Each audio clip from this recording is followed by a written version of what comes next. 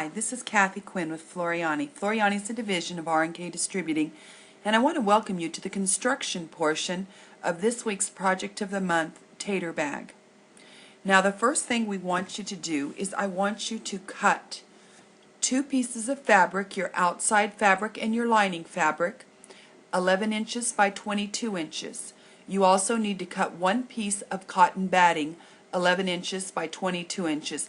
I chose to make my lining fabric and my outside fabric the same. You can make yours different. Now in the instructions I've told you to get 2/3 yard of fabric for your project and 2/3 yard of batting. This will construct 2 tater bags.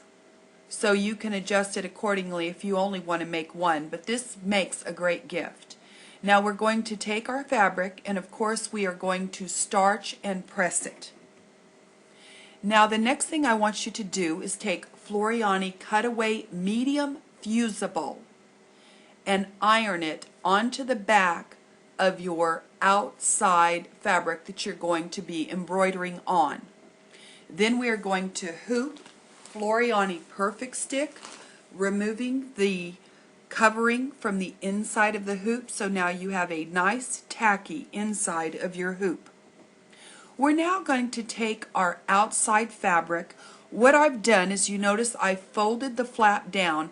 It's about 2.5 inches, and I've kind of just turned the edge under here because we eventually are going to serge and turn this edge under about 1/2 inch. And I have taken my 3 design templates, because remember we created our design and divided into 3 pieces.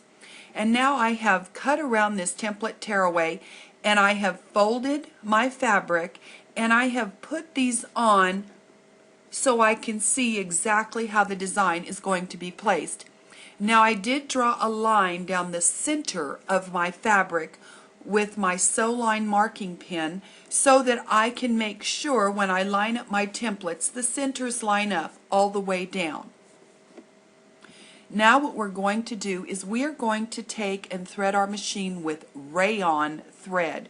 Remember, your bobbin thread needs to be a cotton or a rayon as well, because we are going to put this bag in the microwave to cook our vegetables in it. If you use polyester thread, it will ignite and catch on fire in your microwave. So you cannot use polyester. You must use a rayon or cotton thread. The same with the construction. We're only going to use cotton serger thread, cotton thread in our machines.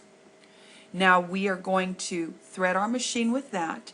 I'm going to go ahead, and you can see I've got my tater bag template stuck down where I want that to stitch at the top end of my bag. And now I'm going to stick this down to my Perfect Stick. I will top it with Water Soluble Topping, and I will push the button and stitch out my words, Tater Bag. Now of course I will remove it from the hoop.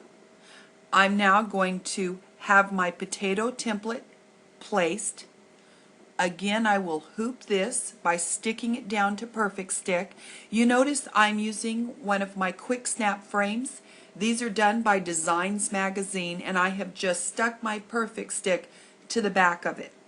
Now again, I've got my template here. I've put my water soluble topping on, and now I have stitched out my potato design that we have digitized.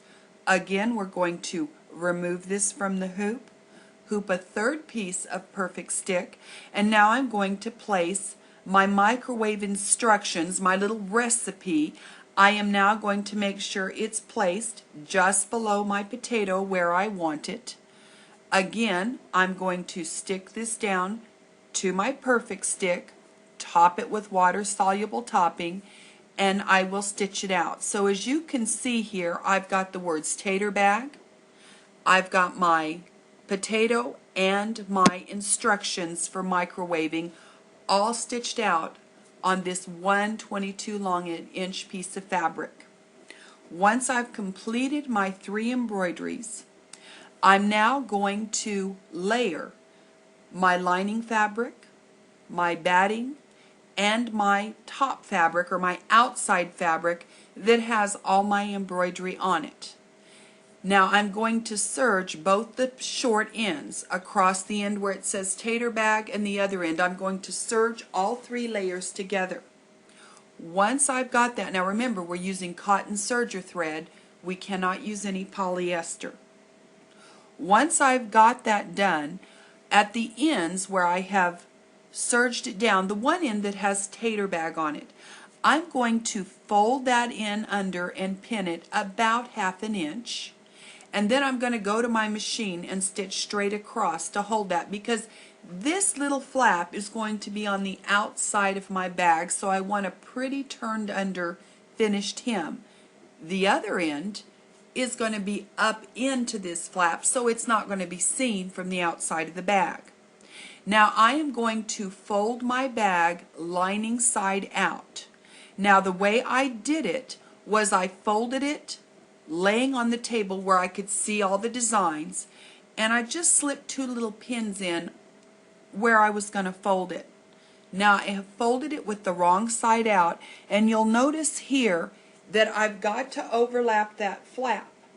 So making sure it's overlapped about 1 inch is all we need, because we're going to have this open where we can open it and stuff our vegetables on the inside of our bag.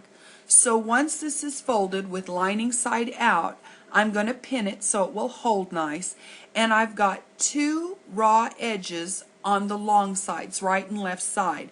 I'm going to go to my serger and I'm going to serge up those sides clear from bottom to top, stitching those flaps in and everything. So you can see here where I have serged the 2 long sides. Now what I'm going to do is I'm going to turn it through the opening, and as you can see here, I've got a little overlapped flap. You can see my potato that we have digitized, and there are our instructions, and this is your finished tater bag. Enjoy. This will make a wonderful gift to do these up. I've already planned to make one for all my daughter-in-laws. So this is just a cute little bag to do in the microwave, and we've got several instructions on it so you can use it for different things. Enjoy. This can be washed and dried. So I hope you've enjoyed our tater bag this month, and I hope you enjoyed doing the project of the month. Thank you so much, and have a great time.